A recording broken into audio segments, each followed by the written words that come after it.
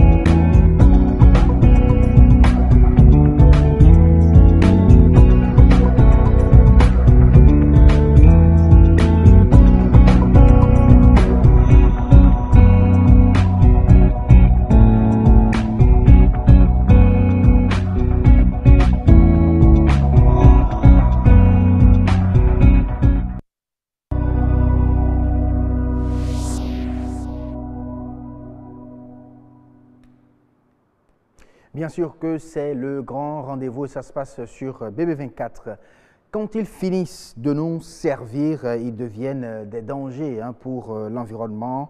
Il s'agit des appareils électroniques et donc les déchets liés à eux sont des dangers. Ceux électroniques et électriques ont des particularités, mais que dit exactement la loi sur la gestion des déchets électriques et électroniques? Réponse sur ce nature et bien-être. Alors, ne remettez pas à demain ce que vous pouvez faire aujourd'hui même. Comment, donc, en deux mots, juste pour vous dire, d'éviter la procrastination. Comment réussir à corriger en fait ce défaut? Autant savoir nous livre les outils anti-procrastination ce soir sur ce grand rendez-vous. Meilleur étudiant, diplômé avec mention, mais sans emploi finalement. C'est une situation qui fait réfléchir tout le monde. Et le coach, Alex Balogun, nous offre bien sûr des propositions pour une éducation efficace dans la lutte contre le chômage et le sous-emploi. Le grand rendez-vous, c'est également le journal, vous le savez, et le menu nous est présenté ce soir par Amadine Aniambossou, déjà en place. Bonsoir Amadine. Bonsoir à vous, Assur Gaba. Au menu du journal ce soir, les hommages à feu Monseigneur de Souza. 20 ans après son décès, le prélat reste dans la mémoire collective. Il est toujours cité en exemple. Les femmes sont les premières actrices de l'atteinte de l'objectif 1.0 dans le monde et pourtant, elles ont difficilement accès à la terre. Des organisations de la société civile travaillent pour changer la donne. Et puis, phase pilote de la chaîne de valeur lait et énergie au Sénégal, les acteurs évaluent les réalisations. Les résultats sont satisfaisants. Voilà, Assur Gaba, le menu du 19h45 de ce soir. Merci beaucoup, Amadine Aniambossou, pour la présentation, bien sûr, des titres. On vous rejoint dans moins de 40 minutes. Exactement, c'est ça, à 19h45 sur le grand rendez-vous. Pour le moment, place au plateau et on commence par Nature et Bien-être.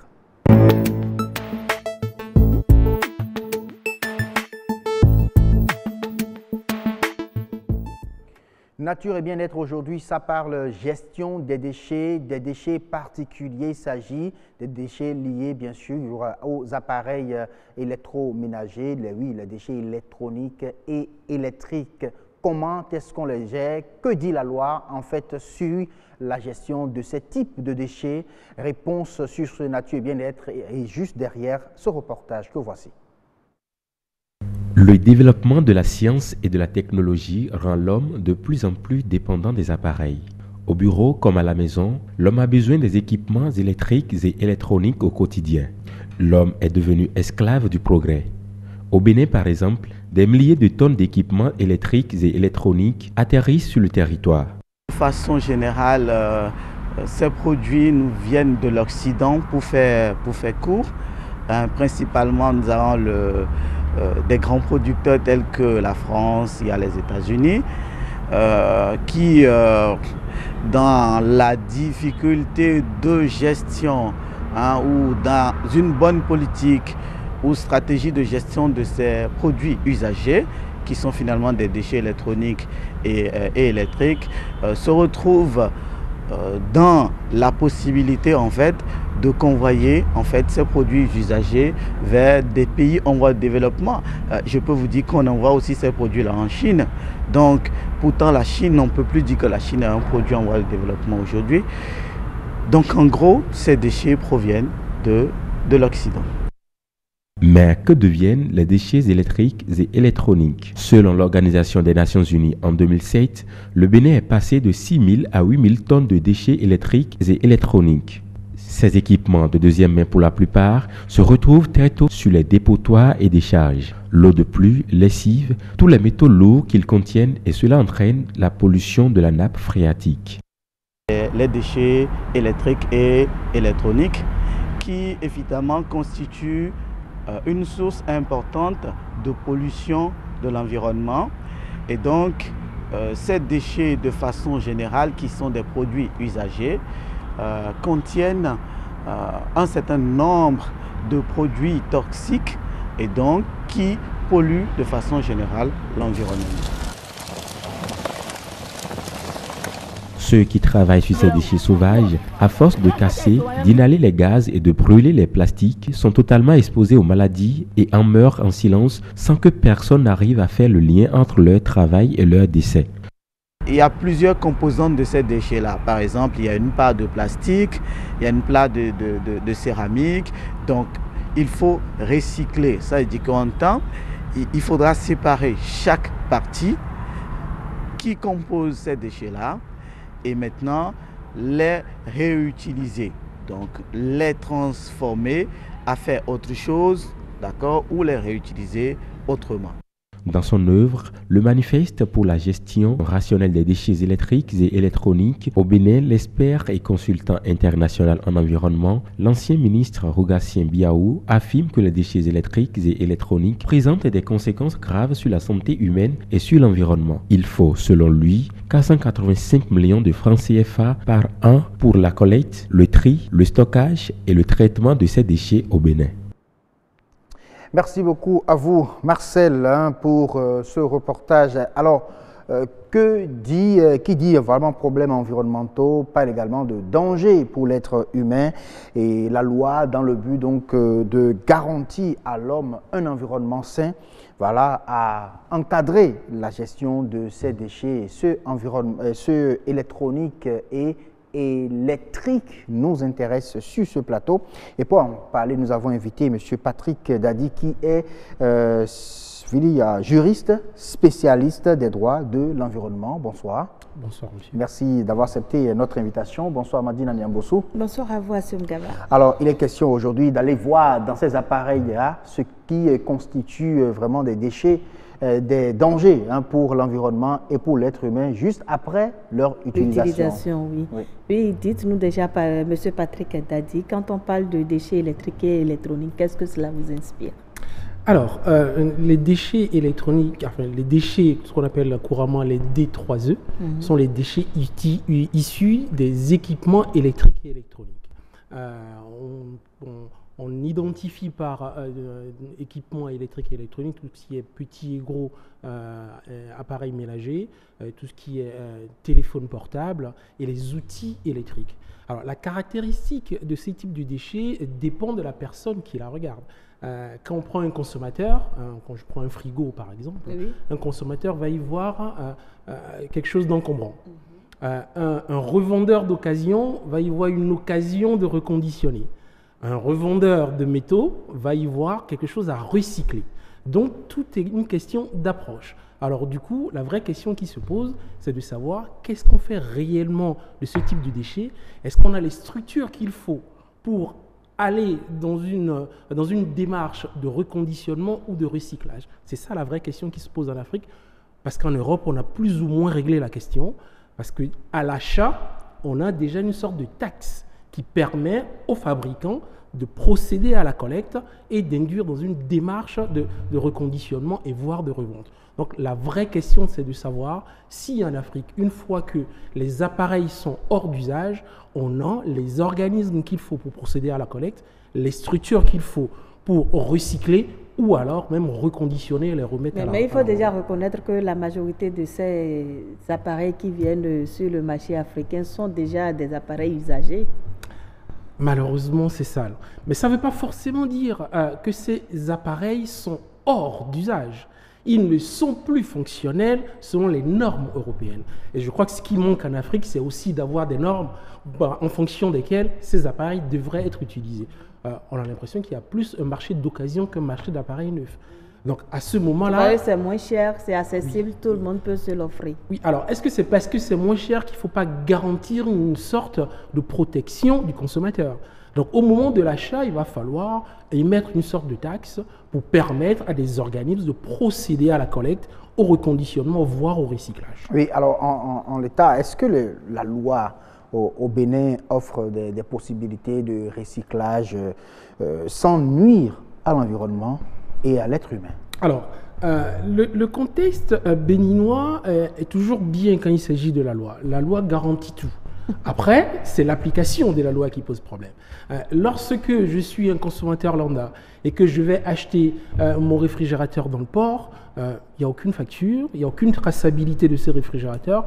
Comment est-ce que je sais qu'il faut procéder à la collecte de l'appareil usagé? Comment je sais vers quel organisme je me tourne pour procéder au reconditionnement de cet appareil qui déjà au départ n'est pas neuf? Comment je sais quels sont les métaux qui sont dans cet appareil à part ceux qui revendent les métaux précieux issus du démantèlement de ces appareils?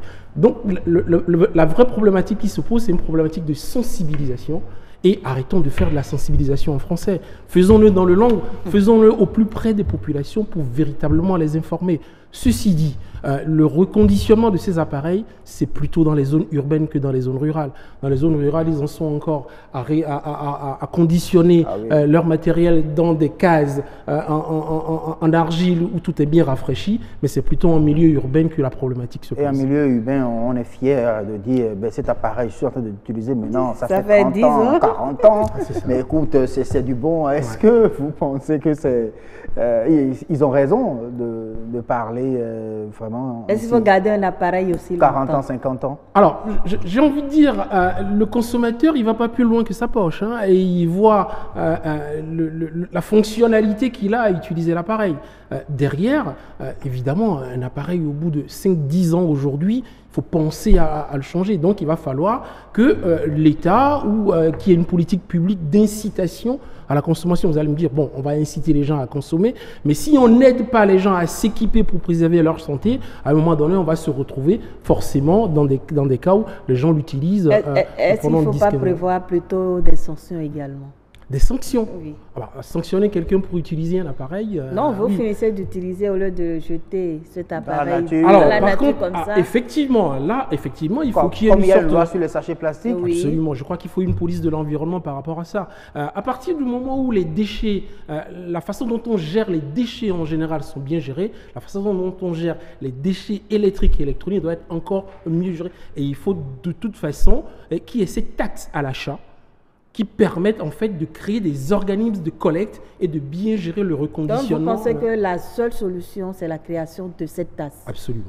Il n'y a pas autre chose qu'on puisse faire Mais il y a aussi la sensibilisation, mais ce n'est pas parce qu'un consommateur a payé ses taxes à l'achat... on ne finit jamais de sensibiliser, la question reste toujours d'actualité. Malgré tout ce qui est dit, ces produits-là continuent de venir, les consommateurs continuent de déverser ça sur n'importe quel tas d'ordures. Est-ce qu'il ne faut pas plutôt changer de stratégie? Alors oui, on peut toujours essayer de changer de stratégie, mais par contre, il faut peut-être éviter d'avoir une stratégie qui concerne tout le monde dans un premier temps. Il faut vraiment faire un test dans une ville, dans un quartier, pour voir un peu comment ça fonctionne avant de l'élargir. Stratégie pour stratégie, ça ne fonctionne jamais.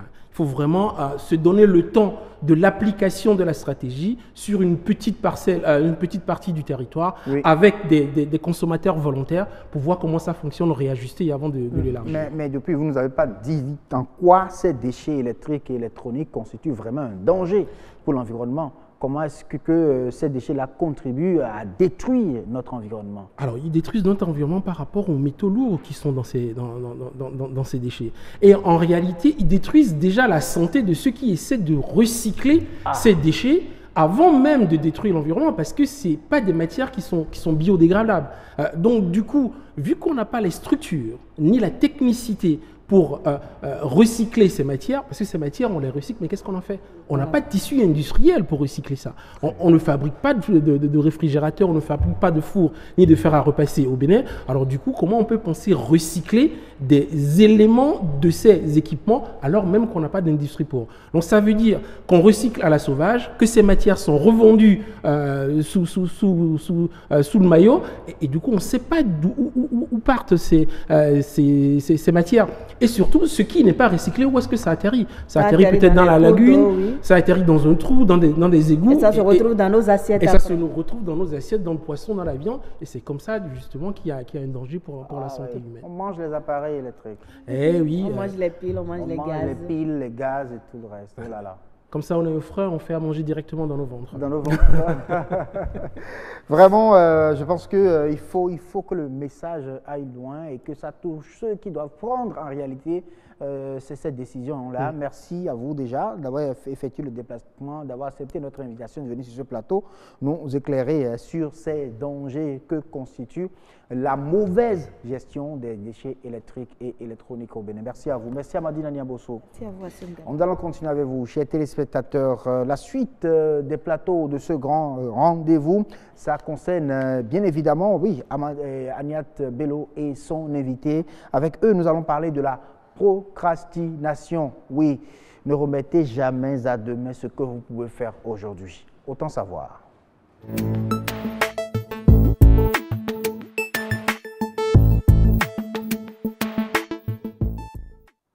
Oui, autant savoir, aujourd'hui, nous allons bien évidemment parler de la procrastination. Ben, c'est un frein au développement de l'individu. Et là, aujourd'hui, nous allons en parler avec Aniat Bello et son invité. Il s'agit bien sûr d'éviter vraiment de remettre à demain ce que vous pouvez faire. Donc aujourd'hui, Aniat Bello est déjà avec nous sur ce plateau. Son invité s'installe aussi. Ben, monsieur, vous pouvez aller vous asseoir à votre place. Aniat Bello, ben, venez. J'aime bien vous recevoir en live comme ça. Sur le plateau. C'est avec grand plaisir que je vous retrouve. Oui, vous pouvez rester à la place de M. Oguyomi aujourd'hui. Allez, M. Oguyomi reste à la place d'Aniat Bello. Merci en tout cas d'être venu. Bonjour Aniat, bonsoir, pardon. Bonsoir, vous avez passé une très belle journée. Oui, la journée a bien démarré. C'est un plaisir de vous avoir ce soir sur ce plateau. Bonsoir, M. Oguyomi. Bonsoir, M. Assem. Merci également d'être venu sur ce plateau. Alors, on ne va pas remettre à demain ce qu'on peut faire aujourd'hui, maintenant et tout de suite, Aniat Bello. Oui, Assem Gaba, vous le savez, on l'a tous déjà fait au moins une fois. Oui. Une habitude qui est très néfaste pour le développement d'un individu. On vous dit tout aujourd'hui, ce soir du moins, tout sur comment l'identifier et surtout comment s'en débarrasser. Ce sera avec notre coach en développement personnel, Martin Oguyomi. Bonsoir. Bonsoir. C'est un plaisir d'être avec vous. Ma première question, c'est de savoir, pour vous, c'est quoi la procrastination? Merci pour l'invitation. La procrastination, pour faire simple, vient de deux mots latins. Pro, qui signifie en avant, et crastinus, qui signifie au lendemain. Le mot est donc d'origine latine. Oui, le mot est exactement d'origine latine. En avant au lendemain. Oui, en avant au lendemain. Et donc c'est une tendance qui fait en sorte que les gens remettent systématiquement au lendemain ce qu'ils peuvent faire tout de suite. Tout de suite. Oui. Alors, Agnès Bello, vous étiez allé en ville, hein, vous avez questionné des gens sur la question. On aura le temps de voir on aura le temps, on a recueilli leur avis que nous avons transcrit en commentaire sur image. On aura le temps de revenir dessus pour en parler, mais avant qu'on en vienne à ce reportage que vous allez suivre, bien sûr, mesdames et messieurs, mais déjà, je m'interroge, est-ce habituel de procrastiner? Parce que pour certains, on le fait tous à un moment ou à un autre. À quel moment on s'inquiète pour la procrastination? Oui, exactement, on le fait. Je pense que moi-même, je l'ai fait une fois. Et puis bon. Une seule fois? Non, bon, au moins une fois. Au moins une fois, j'avais dit. Alors, on le fait parce que justement, on ne connaît pas les conséquences de cette manière de procéder. Parce que lorsque vous remettez à demain ce que vous pouvez faire tout de suite, c'est que vous ajournez un certain nombre de résultats que vous pouvez déjà avoir systématiquement en faisant les choses dans le planning que vous êtes défini. Mais on ne peut quand même pas tout faire en même temps. C'est sûr. On ne peut pas tout faire en même temps, oui.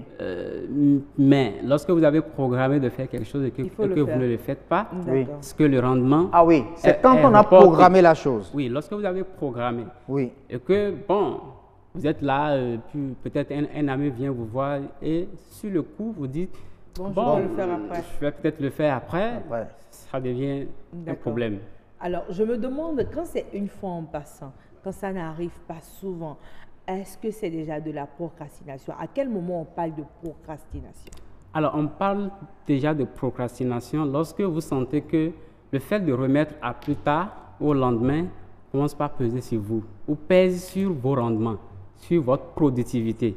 Lorsque vous programmez des activités et vous ne les réalisez pas, et cela pèse sur vous ou a des conséquences sur votre vie, vous allez commencer déjà par vous poser des questions pour savoir que vous êtes un procrastinateur. D'accord. Alors, qu'est-ce qui est à l'origine de la procrastination?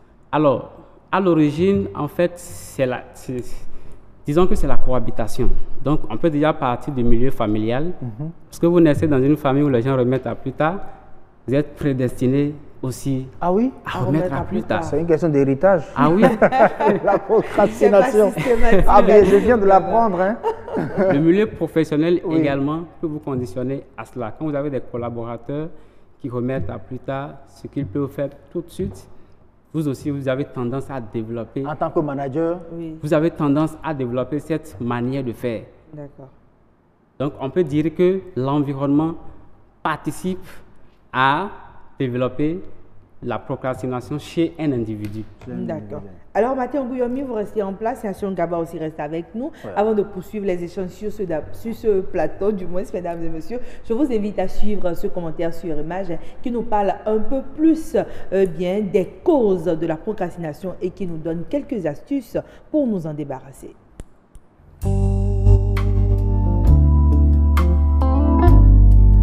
Tendance excessive à remettre à demain ce qui peut être fait dans l'heure.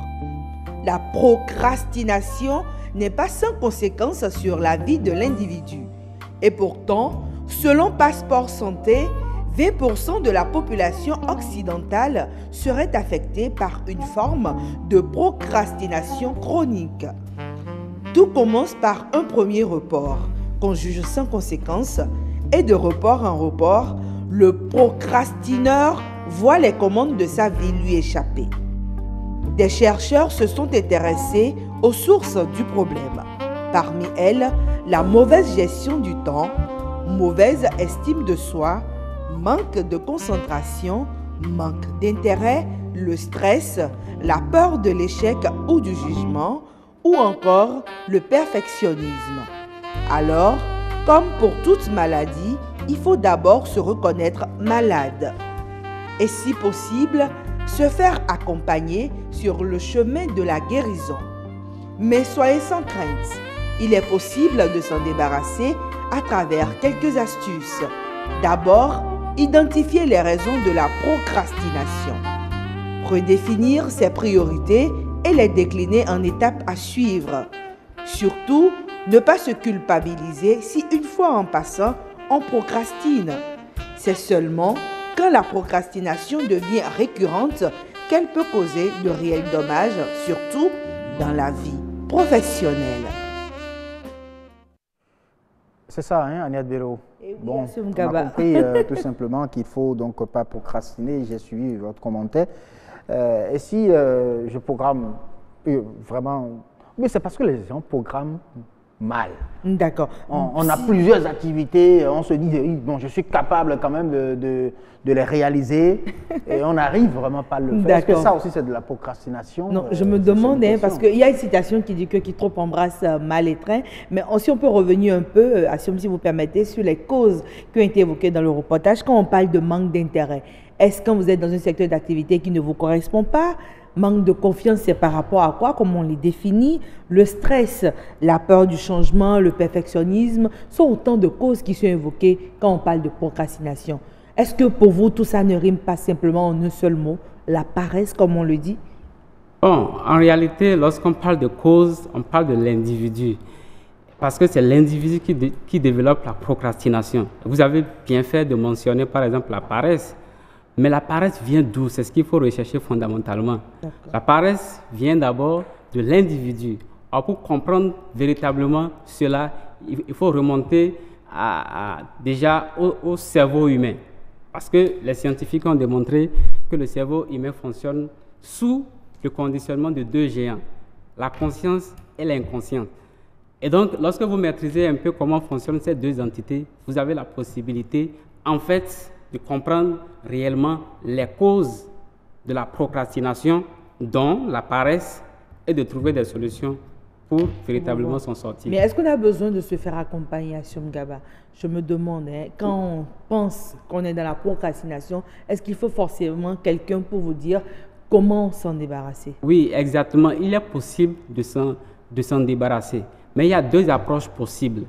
La première approche, c'est l'approche solution, qui consiste à donner des conseils aux gens et à dire par exemple, faites-vous un planning et donnez-vous des priorités et essayez de respecter le planning que vous êtes défini vous-même. Mais cette approche est un peu limitée. L'approche que nous, on essaie d'imprimer ou de faire comprendre aux gens, c'est l'approche responsabilisation, qui consiste en fait à dire à l'individu, tu es responsable de la procrastination et donc c'est à toi-même de changer. Mais pour changer, il faut le faire comprendre en fait le rôle que joue son inconscient par rapport au développement d'un certain nombre de choses. Vous avez parlé par exemple de la paresse, parce que c'est parce que l'individu a pris l'habitude de faire une mauvaise programmation qu'il est en train de développer en fait la programmation. Donc il faut commencer déjà par effacer la programmation négative qui développe la procrastination pour installer la programmation positive qui va faire en sorte que l'individu sera plus proactif par rapport au calendrier que lui-même il s'est défini. D'accord, mais est-ce qu'il ne faudrait pas aussi trouver peut-être des sujets ou bien des activités qui l'intéressent si on sentit que le manque d'intérêt peut entraîner une forme de paresse? Est-ce que cela ne contribue pas aussi à une procrastination? Oui, cela est totalement exact parce que lorsque vous ne faites pas ce qui vous passionne, vous avez tendance à rejeter à plus tard. Vous devez chercher vos priorités, vous devez chercher des éléments qui vous passionnent véritablement et ce sont sur ces éléments-là que vous travaillez au jour le jour. Parce que lorsque vous ne travaillez pas également sur des éléments qui vous apportent plus de motivation, vous avez tendance à développer la procrastination. Donc, il faut travailler sur des éléments qui vous apportent de la motivation au jour le jour. Donc, travailler sur vos centres d'intérêt permet également de lutter contre la procrastination. Alors, avant sa réponse, vous avez relevé un mot, vous avez souligné un mot, la priorité. Ah oui. Alors, il faut savoir donc échelonner ces priorités, c'est-à-dire les arranger, savoir ce qui passe en première position, deuxième position, troisième position. Autrement, on va mal faire son programme et se mettre à rater des activités et penser qu'on est en train de tomber dans la procrastination. Exactement. Vous savez, il y a Bill Gates, par exemple, à qui on a demandé un jour, est-ce que vous connaissez Samuel Eto'o? Ah oui? Il dit, non, je ne connais pas Samuel Eto'o, mais j'entends parler de Samuel Eto'o. Et on lui a demandé plein d'autres noms. Il dit, non, je ne connais pas. Et on lui dit, mais pourquoi il ne s'intéresse pas à ces personnes-là? Il dit, parce que ce n'est pas sa priorité à lui. Voilà. Sa priorité à lui, c'est de trouver beaucoup d'argent pour aider des personnes. Donc, lui, il a trouvé sa priorité et il est important pour chacun également de trouver sa priorité. Sa priorité n'est pas d'aller chercher le nom des joueurs ou d'aller rencontrer des joueurs, parce qu'il ne s'épanouit pas dans ça. Donc, chacun doit trouver ce qui l'épanouit pour pouvoir véritablement lutter contre la procrastination. Oui. Maintenant, après avoir défini ses priorités, il faut les décliner en étapes à suivre. Oui. Excusez, mais est-ce qu'il faut respecter rigoureusement chaque étape? Ou est-ce qu'on peut se permettre, à un moment ou à un autre, de dire, bon, non, telle étape peut encore passer avant l'autre? Vous savez... Ou j'ai encore du temps. Parce qu'on aime bien dire ça, hein? Oui. J'ai encore du temps. Le deadline n'est pas encore là. Votre question me rappelle... En fait, il y a des pseudo-procrastinateurs. Okay. Il y a des gens, en fait, qui procrastinent, mais en réalité sont performants. Sont performants parce qu'ils travaillent... Donc, il y a une forme de procrastination positive. Ah oui, parce qu'ils travaillent en réseau, ils travaillent en équipe. Même lorsqu'ils procrastinent, l'équipe essaie de faire le travail à leur place. Donc ceux-là, vous ne pouvez pas vous comparer, ou vous ne pouvez pas comparer un procrastinateur puis à des gens comme ça. Parce qu'ils ont leur manière de travailler qui leur permet d'avoir en tout cas la production qu'eux ils souhaitent à un moment T de leur vie. Ce n'est pas la même chose que celui-là qui travaille peut-être en solo et qui procrastine. Celui-là va voir peut-être son rendement diminuer à un certain moment donné. D'accord. Maintenant, je me demande, on parle souvent de conséquences de la procrastination sur la vie professionnelle de l'individu, mais c'est quoi ces conséquences véritablement? Les conséquences Qu'est-ce qu'on risque? Les conséquences sont nombreuses. D'abord, sur le plan individuel. Sur le plan individuel, vous allez voir, on parle... C'est les Ivoiriens qui parlent souvent des papatos. Lorsque quelqu'un ne fait pas ce qu'il doit faire, à un moment T donné... Il s'intéresse au papatoya? Ah mais oui! Il a le temps pour parler des autres, oui. Le temps pour pouvoir faire ce qu'il ne doit pas faire.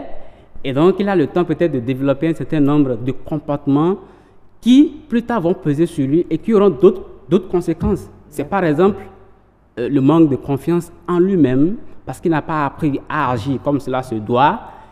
Il y a peut-être le stress, parce qu'il n'a pas accompli ce qu'il doit accomplir à un moment donné, et il voit tout peser sur lui. Beaucoup de vices. Il va développer beaucoup de vices. Et donc, ce n'est pas bien de procrastiner, c'est bien d'être proactif. Et c'est pourquoi nous recommandons à des gens qui veulent véritablement lutter contre la procrastination de rester dans des milieux où les gens sont proactifs, les gens sont productifs et les gens réalisent à temps ce qu'ils doivent faire. Merci Martin Oguyomi, vous êtes donc coach de développement personnel. Avec vous, on s'est intéressé à la procrastination, comment s'en débarrasser. Donc, mesdames et messieurs, vous le savez dorénavant, on peut véritablement se passer de la procrastination et c'est d'ailleurs à ce titre que nous vous proposons cette citation du jour. Un jour, vous vous réveillerez et vous n'aurez plus le temps de faire ce que vous avez toujours voulu faire. Faites-le donc maintenant.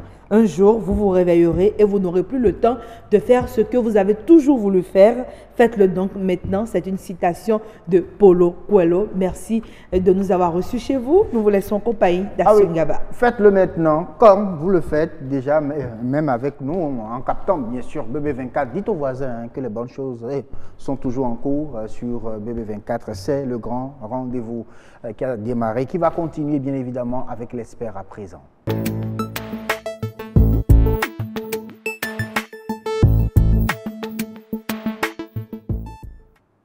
Avec nous sur le plateau de l'expert, coach Alex Balogun, qui est coach formateur en entrepreneuriat surtout. Merci beaucoup d'avoir accepté notre invitation avec vous aujourd'hui. Nous allons parler des diplômés, de ces diplômés qui n'arrivent vraiment pas à trouver de l'emploi. Vous voyez, le gars, il est bardé de diplômes, il est le meilleur de sa classe, le premier à l'examen, il a la mention excellent et tout le reste, mais il vient sur le marché de l'emploi, il n'arrive pas à trouver de l'emploi. Le dernier de la classe a déjà commencé par travailler depuis, il a commencé par réaliser sa vie et il est là. On se dit, ben ça c'est le grillé, c'est la grand-mère du village et tout le reste. Mais est-ce que c'est ça en réalité? Comment analysez-vous cette situation où on a vraiment des chômeurs, où la plupart, la majorité devient vraiment chômeur, malgré les diplômes obtenus et malgré les mentions, malgré tout ce qu'on a comme qualité dans le milieu scolaire?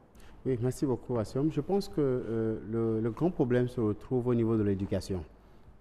La première des choses, il a le master, quelqu'un qui a la maîtrise par exemple, mais qui n'a pas la maîtrise de soi. Ah. Oui, il connaît beaucoup de choses, mais il ne se connaît pas. Qu'est-ce qu'il va offrir sur le marché de l'emploi? Une personne pareille, qu'est-ce qu'il va offrir à la société? Parce qu'il ne se connaît pas, en fait.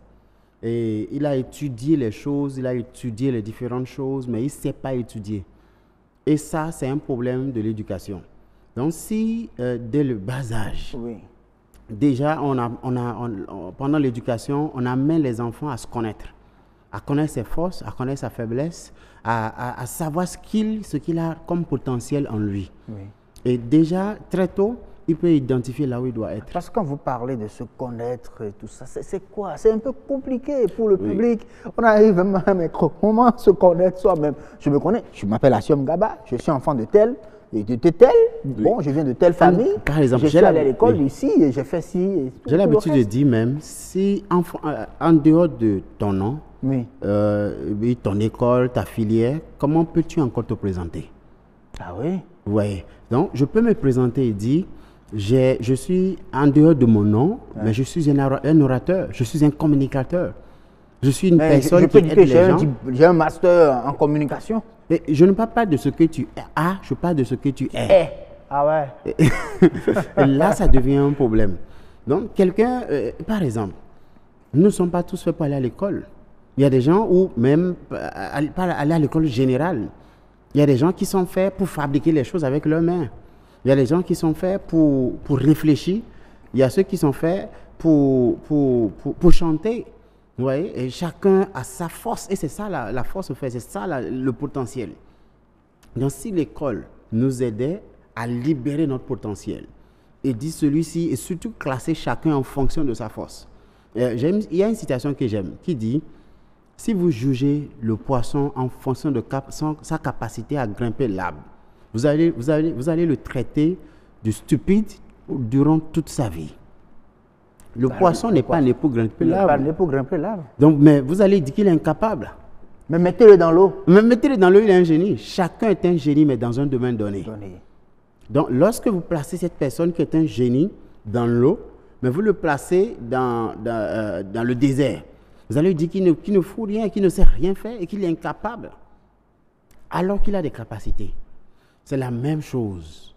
Lorsqu'on place quelqu'un qui est... est-ce qu'il y a, par exemple, imagine le nombre la quantité de chaussures importées au Bénin chaque année. Mais quelle école enseigne la cordonnerie? Alors qu'il n'y a personne qui sort de chez lui sans porter de chaussures. Mais quand tu demandes à quelqu'un, dis même à tes parents que tu veux devenir cordonnier. Oui. Tu vas sortir de la maison. Hein. Alors que tout le monde dans la maison achète des chaussures tout le temps. Donc c'est un métier, c'est une profession. Donc il y a un problème. On célèbre certains métiers ou certaines professions, on griffe, on dit c'est les professions nobles. Alors voulez-vous dire que c'est parce que les gens ont leurs idées focalisées sur le diplôme, sur la qualité, ou c'est une profession plutôt. C'est une profession. Pour dire, soit tu es avocat, ou tu es médecin, tu es comptable. Mais le comptable porte de chaussures. L'avocat porte de chaussures. Et c'est quelqu'un qui fabrique ces chaussures. Est-ce que la personne est moins importante? Est-ce que la personne aussi n'a pas les capacités? Non, ce sont ses capacités, ça. Et on importe tout ça. Alors que quelqu'un fait on peut quand même pas apprendre tout ça là, tout de suite à l'école. Comment peut-on arriver donc à révéler le potentiel qui est dans chacun de ces élèves, chacun de ces apprenants aujourd'hui, pour qu'à la fin, ils puissent quand même offrir ses compétences, ses potentialités, mettre ces potentialités-là au service de la nation, histoire de se réaliser. Bien sûr. Je pense que la première des choses, c'est d'identifier, c'est de mettre un système au niveau des écoles qui permet à chaque enfant d'identifier son potentiel très tôt. Okay. D'identifier sa force, d'identifier ce qu'il sait faire de mieux, d'identifier... Il y a une école que j'ai appris en France et l'école, à partir de l'âge de 2 ans, on vous met dans une salle, il y a le ballon, il y a les outils de l'informatique, il y a toutes sortes de choses, il y a les papiers, il y a les stylos, il y a tout. Donc, ce que l'enfant choisit chaque jour, lorsque l'enfant choisit par exemple le stylo chaque jour, on se dit que c'est un enfant qui aime écrire, qui va aimer écrire. Un enfant que chaque jour, quand il vient, c'est le ballon qu'il prend. On se dit, celui qui ici, c'est un footballeur. Donc déjà, très tôt, on identifie ce que l'enfant aime faire, on identifie ce que l'enfant fait facilement, ce que l'enfant a la capacité, le potentiel de faire. On identifie ça très tôt. Donc lorsque notre école, notre système éducatif au Bénin, ou en Afrique précisément, peut déjà aider les enfants à identifier ce potentiel, ça va les aider. Mais après ça, qu'est-ce qu'il faut faire? Parce qu'il ne suffit pas d'identifier, il faut cultiver, il faut développer. Il faut alors avoir les centres de formation, les écoles de métier, où les enfants, après avoir découvert ce potentiel, ils peuvent maintenant aller. Il y a des gens qui sont nés pour parler, pas forcément à la télé, même si c'est à la télé comme journalisme. Il y a des enfants qui sont nés pour encourager les autres. Où est l'école d'encouragement? Où est l'école de conseil? Où est l'école pour fabriquer les chaussures? Où est l'école de culture au Bénin? Où sont ces écoles? Et regardez ce qu'on a aujourd'hui comme des mécaniciens. J'ai l'habitude de dire, il y a parmi ces mécaniciens des inventeurs. Des personnes qui sont faites au fait pour créer des voitures. Ah oui, on voit mais il n'y a pas d'école. On voit souvent dans les voitures, dans les moteurs de véhicules, des boîtes de tomates. Pour remplacer, par exemple, le carburateur ou bien, oui, c'est pas... ils ont c'est des installations... Ça veut dire qu'ils sont des inventeurs cachés, au fait. Mais parce qu'il n'y a pas d'école, donc on dit que le mécanicien, c'est celui qui n'a pas travaillé à l'école, donc on l'envoie là-bas pour regarder, sans apprendre, au fait, la théorie, sans apprendre ce métier à l'école. Mais s'il y avait des centres, s'il y avait une école où ils pouvaient apprendre, le mécanisme où on peut apprendre ces métiers, les gens allaient avancer. Et c'est ça un peu le problème. Alors là, ce sont des propositions que vous êtes déjà en train de faire, oui. qu'on ait une école ou des écoles de métiers. Exactement. À côté de l'école, on fait de longues études. L'école normale, oui. Et j'ai fait, selon les recherches, le pays qui a actuellement le meilleur système d'éducation, c'est la Finlande.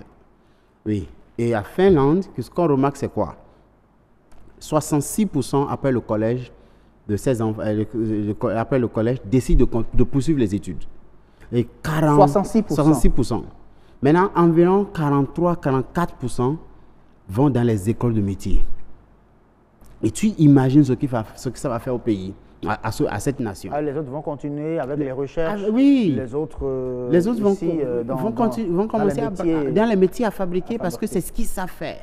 Donc, quelqu'un qui est né pour faire le métier, pour fabriquer les choses, mais qui a la cravate au cou, qui est à la banque. Ici, on a quand même l'apprentissage où quand l'enfant... Et c'est ça le problème, au fait. On l'envoie. On l'envoie à l'apprentissage. Maintenant, l'apprentissage, au fait, où est le problème de l'apprentissage? À l'apprentissage, il n'apprend pas la gestion. Il n'apprend pas l'administration, il n'apprend pas la gestion des finances. Donc, lorsqu'il n'apprend pas ça, il est obligé de finir comme un mécanicien de rue, un coiffeur de rue, parce qu'il n'y a pas la gestion. Et en plus, donc, il faut que ce soit une école. C'est la meilleure des choses à faire. Il faut que ce soit une école et qu'il n'apprend pas seulement le métier, mais à gérer aussi le métier. Et donc, si on comprend bien, dans la lutte contre le chômage, le diplôme n'est pas l'essentiel. C'est le savoir-faire. Le diplôme n'est pas l'essentiel. Peu importe, le gars a le bac, sa vie est bâclée, il a la maîtrise, il ne maîtrise rien. Où est le problème? Donc, ce n'est pas une question de diplôme. Vous n'êtes pas employé ou ni embauché à cause de diplôme. Vous êtes embauché parce que vous avez des aptitudes pour résoudre les problèmes de l'entreprise.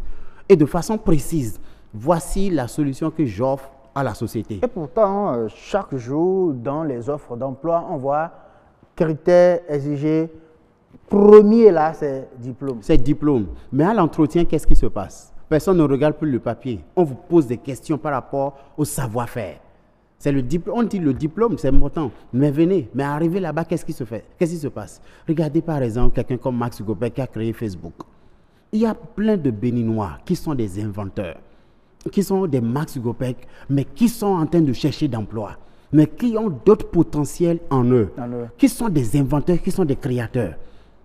La menuiserie, c'est bien, c'est une profession, mais quel est le problème? Il n'y a pas d'école, au fait.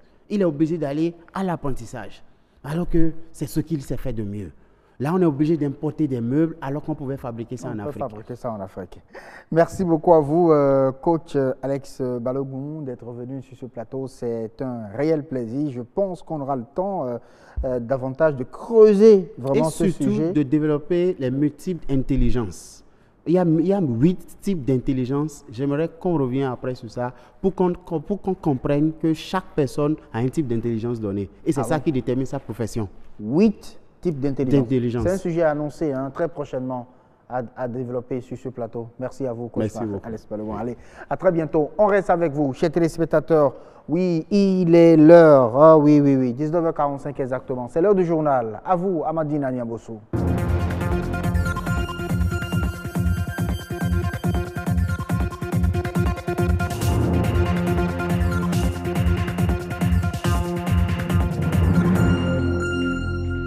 Mesdames, Messieurs, bonsoir à vous et bienvenue dans ce journal. Voici le sommaire.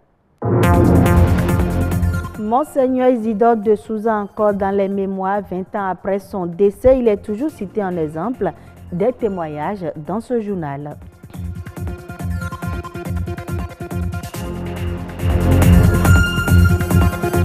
L'atteinte de l'objectif zéro faim dans le monde passe par l'accès des femmes à la terre. Des acteurs de la société civile béninoise y travaillent.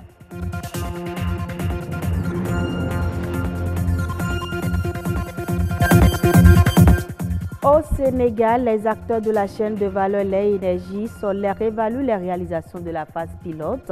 C'était au cours d'une réunion du comité régional du programme.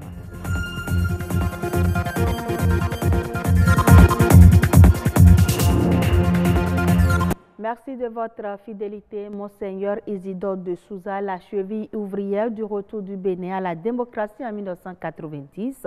Les qualités que le prélat artisan de la paix et de réconciliation a incarnées pendant la conférence des forces vives de la nation inspirent encore des témoignages.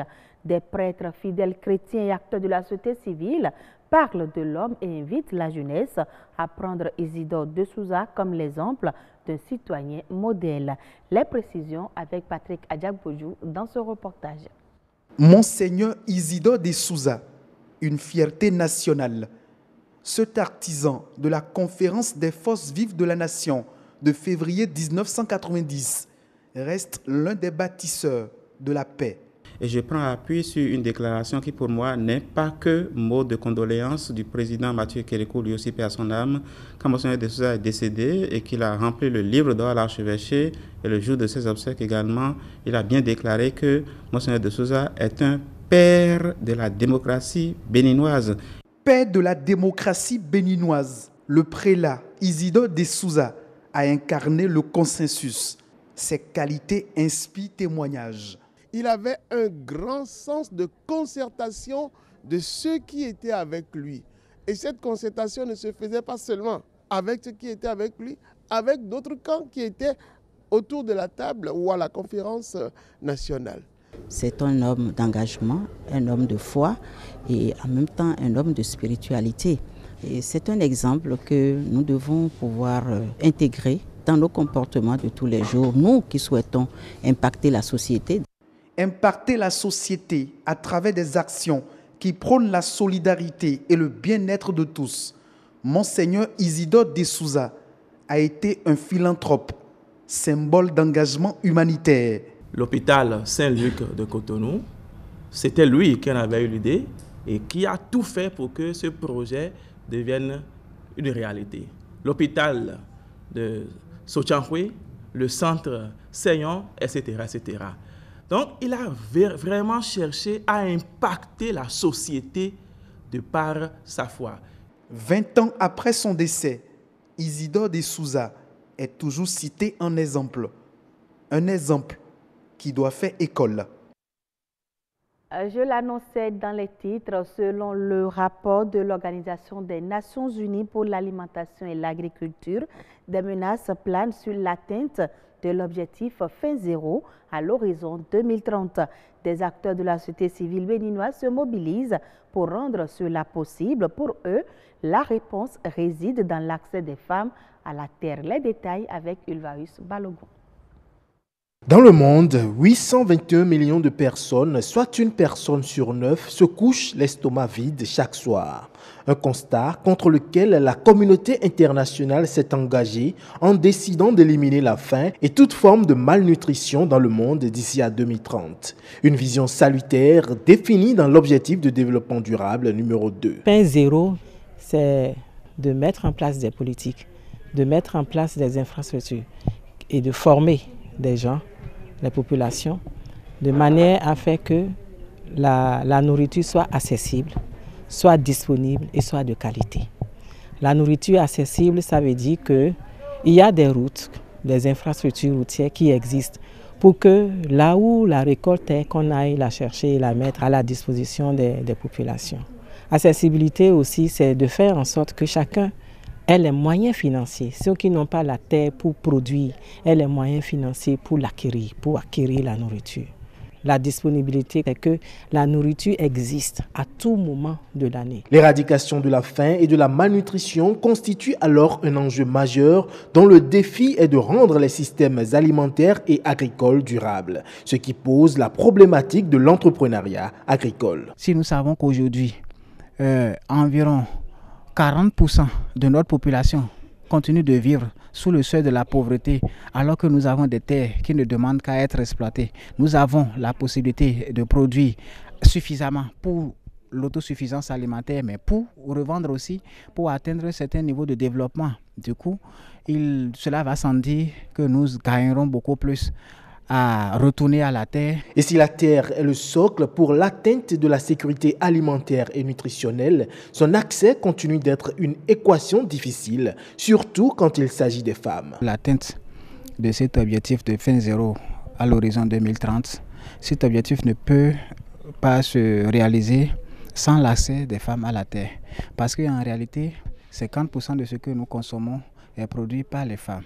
Du coup, permettre aux femmes d'avoir accès à la terre, c'est tendre vers l'autosuffisance alimentaire dans notre pays. On a encore, dans nos manières de faire, dans nos manières de réfléchir, des barrières par rapport à l'accès des femmes à la terre, par exemple. La femme n'a pas droit d'hériter la terre de son père ou de sa mère. Selon des études diligentées par la Fondation Konrad Adenauer dans l'Atlantique et le littoral, seulement 18% des femmes ont accès à la terre. L'illogisme, si je peux parler comme ça, c'est que c'est la femme qui cultive et qui nourrit, qui met à la disposition de la population plus de 50% de la nourriture que nous mangeons. Imaginez par exemple qu'elle ait accès à 30%, à 40% seulement. Vous voyez combien elles vont produire?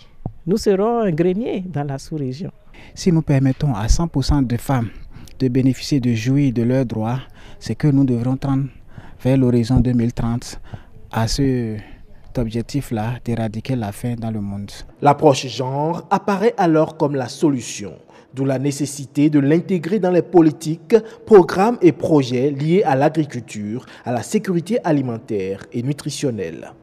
Hors du Bénin, au Nigeria, les problèmes de liquidité menacent la durabilité du secteur électrique, selon la Commission nigériane de régulation de l'énergie. Ces problèmes de liquidité rencontrés par les acteurs du secteur sont partiellement dus aux tarifs électriques qui ne reflètent pas le coût de production de l'énergie, aux pertes techniques et commerciales élevées et exacerbées par les vols d'électricité. Une des initiatives majeures pour améliorer la collecte des revenus par le secteur électrique est de fournir des compteurs prépayés aux utilisateurs finaux. À cette fin, la Commission continue à suivre ce processus de distribution de compteurs prépayés mené par les distributeurs. La Commission a également annoncé la finalisation en cours d'un cadre légal qui va permettre une distribution plus équitable et plus juste des revenus du marché afin de redresser la situation financière délicate du secteur. Les États-Unis ont mis en place des mesures restrictives sur la délivrance de visas au Ghana.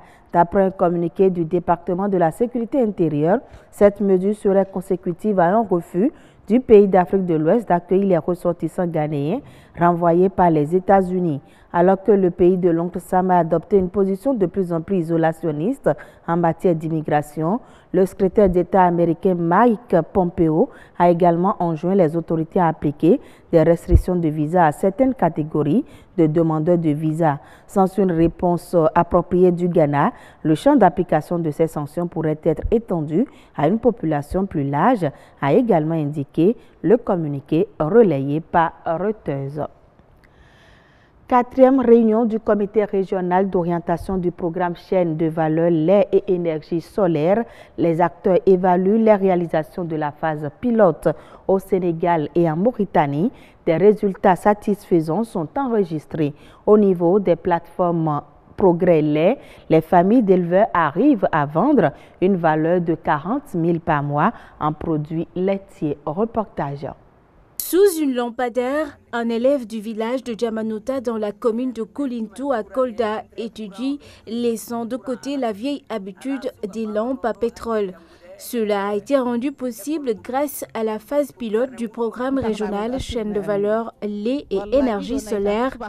Progrès Lait a réussi à installer 2 grandes plateformes de 20 kW pour raccorder les ménages des bassins laitiers ciblés. Au point de vue infrastructure énergétique, une grande plateforme au niveau de Kolda, dans le Médina Yoro Foula et dans le village de Djamanouta, dans la commune de Koulintou. Et au niveau du nord du Sénégal, c'est à Tatki, dans la commune de Fanaï et dans le département de Podor. Du point de vue de l'ingénierie sociale, quand on parle de marché de lait, c'est d'abord la qualité. Et c'est pour cela que le projet a mis un accent particulier sur la formation, notamment en matière d'hygiène et de qualité. Ces 2 plateformes ont chacune une capacité de conservation de 1000 litres de lait. Dans le programme, près de 300 éleveurs ont pu bénéficier de formations dans les différentes zones d'intervention du projet. Pour une année d'exploitation de la plateforme de Djamanouta, on est aujourd'hui à quelques 150 000 litres l'année, ce qui génère pour les communautés quelque chose comme 45 millions de francs CFA. Et du point de vue de la répartition entre les éleveurs, on est à une moyenne de plus de 40 000 francs CFA par éleveur pour des gens qui n'avaient malheureusement pas l'habitude de commercialiser le lait. Cette 4e réunion du comité régional d'orientation du programme lait permet un cadre d'échange entre différents acteurs de la chaîne de valeur lait et énergie solaire des 2 pays. La résilience et la sécurité alimentaire sont à mon avis des objectifs, même s'ils ne sont pas déclarés officiellement de Progrès Lait, mais Progrès Lait aussi va donner certainement des résultats dans le domaine de la résilience et de la sécurité alimentaire. Tant du point de vue de la sécurité alimentaire que de la sécurité publique des citoyens, le Progrès Lait ouvre l'accès à l'énergie à des communautés qui en avaient vraiment besoin et donc joue un rôle essentiel au niveau des bassins laitiers de nos 2 pays.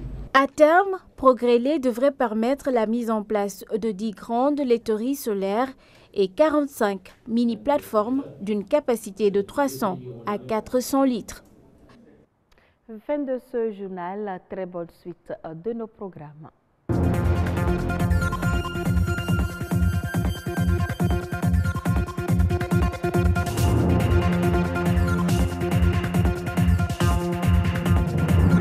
Merci beaucoup à vous, Amandine Aniambossou, pour la présentation du journal. On va se retrouver très prochainement, pourquoi pas demain déjà, oui, à 19h45 pour le journal, une autre édition, bien sûr.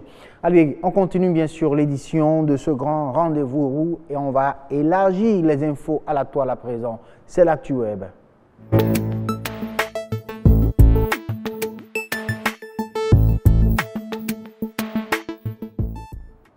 ActuWeb, aujourd'hui, on annonce la question de la semaine suivie de quelques informations glanées sur la toile. C'est un exercice fait tous les lundis, mercredis et vendredis par Adonis Boum, déjà sur ce plateau. Bonsoir Adonis. Bonsoir Sion, bonsoir chers C'est un plaisir de vous retrouver sur ce plateau et particulièrement sur la toile pour partager quelques informations avec les téléspectateurs et pourquoi pas la question de la semaine. Alors cette semaine, on a comme question liée bien sûr à la célébration de la journée nationale du contribuable béninois. Alors on a vu des entreprises qui ont été distinguées par-ci par-là. Comme question, célébration du contribuable béninois, est-ce la meilleure solution à l'incivisme fiscal? Oui, voilà la question de la semaine. Célébration du contribuable béninois. Est-ce la meilleure solution à l'incivisme fiscal? Vous allez répondre à cette question en commentaire sur la page Bénin Business 24. Voilà. Et Adonis va se charger de collecter ces informations et de les amener vendredi sur ce plateau avec nous. Et on va commenter vos commentaires si vous voulez. Je ne sais pas si ça se fait aussi. Alors, parlons d'informations. Adonis Bohon, vous êtes venu avec cette information concernant bien sûr le digital qui va livrer donc ces chiffres en 2019. Eh bien, la plateforme WIA Social a publié son point annuel des chiffres du digital. Il a recensé plus de 5 milliards d'utilisateurs mobiles uniquement dans le monde. 5 milliards d'utilisateurs. Wow. Soit une augmentation de 100 millions cette année par rapport à l'année passée. Okay. Le nombre d'utilisateurs Internet s'élève à 4,39 milliards. Ah.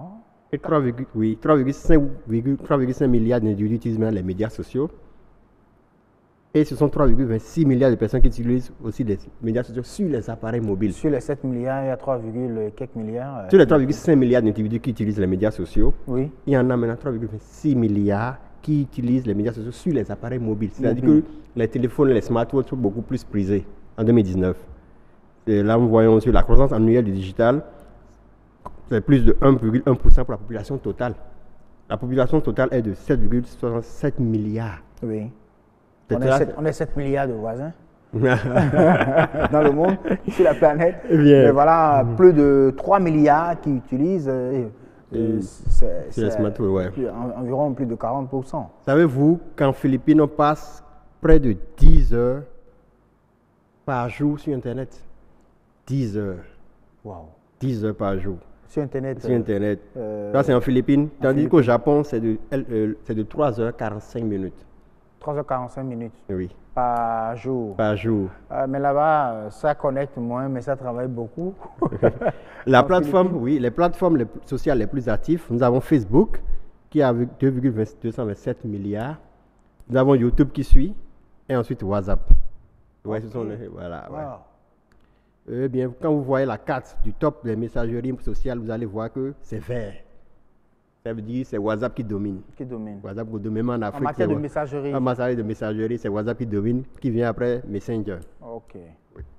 Au Bénin, en attendant d'aller au Bénin, nous avons que la pénétration de l'Afrique de l'Ouest est de 41%. 41%. Tandis qu'en Amérique du Sud, les gens sont à 95%. Oui, le grand fossé. Vraiment, hein? Bon, au Bénin, les chiffres d'Internet au Bénin, il y a... C'est ça qui m'intéresse le plus. Oui. Sur les 11,6 millions d'habitants, nous avons 9,3 millions d'utilisateurs de téléphone. 9,3 millions d'utilisateurs de téléphone. Sur les 10 millions. Sur les 11 millions d'habitants. 11,6 millions d'habitants. Waouh. Nous avons 3,8 millions qui sont des utilisateurs réguliers d'Internet. C'est ceux qui se connectent régulièrement. Nous avons 1,30 millions, pardon, qui sont des utilisateurs actifs des réseaux sociaux. C'est-à-dire que sur 100 Béninois utilisant Internet, 34 sont moins actifs sur les réseaux sociaux. Actifs sur les réseaux sociaux. Ensuite, nous avons 1,2 million d'utilisateurs des réseaux sociaux sur mobile. Sur les 1,30 millions, 1,2 qui sont actifs sur les réseaux sociaux. Sur les réseaux sociaux. Sur le mobile, c'est ça? Sur le mobile. Sur le mobile. Ouais. Ils utilisent donc le téléphone pour se connecter. Vous voyez que la pénétration est de 10% dans là. Ah oui, 10%, 11%. Donc 80% de la population béninoise utilise Internet. Internet avec leur téléphone. Ah, waouh. Wow. Non, je parle de chiffres verts, là. Oui, c'est ça. 80% de la population utilise le téléphone. Utilise le téléphone pour se connecter. D'accord. Merci beaucoup à vous, Adonis Bohon, pour toutes ces informations, les chiffres liés, bien sûr, au digital, sur la planète et également, précisément, je vais dire, sur le Bénin. Alors, électricité grâce au Wi-Fi. Oui. Et ça, c'est qu'est-ce qui permet pour alimenter des appareils connectés sans batterie, des chercheurs de MIT ont développé une astuce qui consiste à utiliser les antennes de Wi-Fi pour pouvoir produire de l'électricité. Oui, notre environnement. Avec les câbles, les fibres optiques. Pas forcément. Notre environnement est saturé d'ondes en tout genre utilisé par nos appareils pour communiquer sans fil. De même, la puissance. Parce qu'il y a le rayonnement, la puissance d'une antenne, c'est ça. Donc c'est ça, ils ont pris en utilisant des ponts redresseurs, un circuit d'adaptation et pour alimenter sur le schéma, la voie de la recharge. Donc, c'est à partir des zones que l'antenne émet. Ils ont développé un circuit d'adaptation, un redresseur, réseau, avec les trucs là, et ensuite, il faut qu'ils viennent ici à l'ORTB. Nous aider avec tout ce qu'on a comme appareil Wi-Fi et tout le reste ici. On va utiliser les rayonnements là pour... pour alimenter, la diffusion, pour diminuer un peu les charges. Eh bien, il faut savoir que cette option de garde de voie, c'est la technologie destinée à transformer les ondes de type Wi-Fi en courant électrique pour alimenter les appareils électroniques. Oui. Ce sont des chercheurs du MIT. Les ondes longtemps décriées révèlent à présent leur utilité aussi. Vraiment, merci beaucoup à vous, Adonis. Et puis, on va finir, la dernière information, l'avion de Salah retrouvé. Oui, eh bien, l'avion d'Emiliano Sala, le joueur de Nantes qui devait être joué à Cardiff, a été retrouvé hier, a annoncé les chercheurs. L'avion a disparu le 21 janvier au-dessus de la mer de la Manche, transportait le footballeur argentin, et son pilote a été retrouvé dimanche 3 février, a déclaré le bureau d'enquête britannique sur les accidents, sans préciser où et quand l'appareil avait été localisé. David Mills, le dirigeant de la société qui a été utilisé après les fonds en ligne récoltés, a mentionné sur son Twitter que les enquêtes ont plongé à l'aide de leur véhicule télécommandé un superviseur muni de caméras et de lumière et ils ont confirmé que c'était bien l'avion. Ils ont vu le numéro d'immatriculation. À noter, à notre grande surprise, la partie la plus importante de l'avion était là. Ouais, donc c'était... Ils ont cherché longtemps, mais c'était déjà à un côté donné. Il a fallu faire les recherches sous-marines pour pouvoir découvrir. Son papa, le père d'Emiliano Sala, il dit sur Twitter, je ne peux pas y croire, c'est un rêve, un mauvais rêve. Oh là là. Oui, il avait d'espoir, mais les espoirs sont totalement affaiblis. Merci beaucoup à vous, Adonis, pour toutes ces informations. On va se retrouver déjà mercredi pour les infos et rappeler pourquoi pas la question de la semaine. On va le faire derrière même tout de suite. La question de la semaine concerne bien sûr la célébration du contribuable béninois. Est-ce la meilleure solution à l'incivisme fiscal? Il faut donc répondre à cette question sur la page Facebook de Bénin Business 24 en commentaire tout simplement, et ces commentaires sont répercutés à l'écran vendredi sur la même rubrique, même émission, Grand Rendez-vous et l'Actuweb. Dans l'édition de ce jour prend fin ainsi. Merci à vous. C'est moi. À très bientôt, Adonis. Le grand rendez-vous pratiquement terminé. On va jeter un coup d'œil, un deuxième coup de regard sur le tableau météo avant de partir.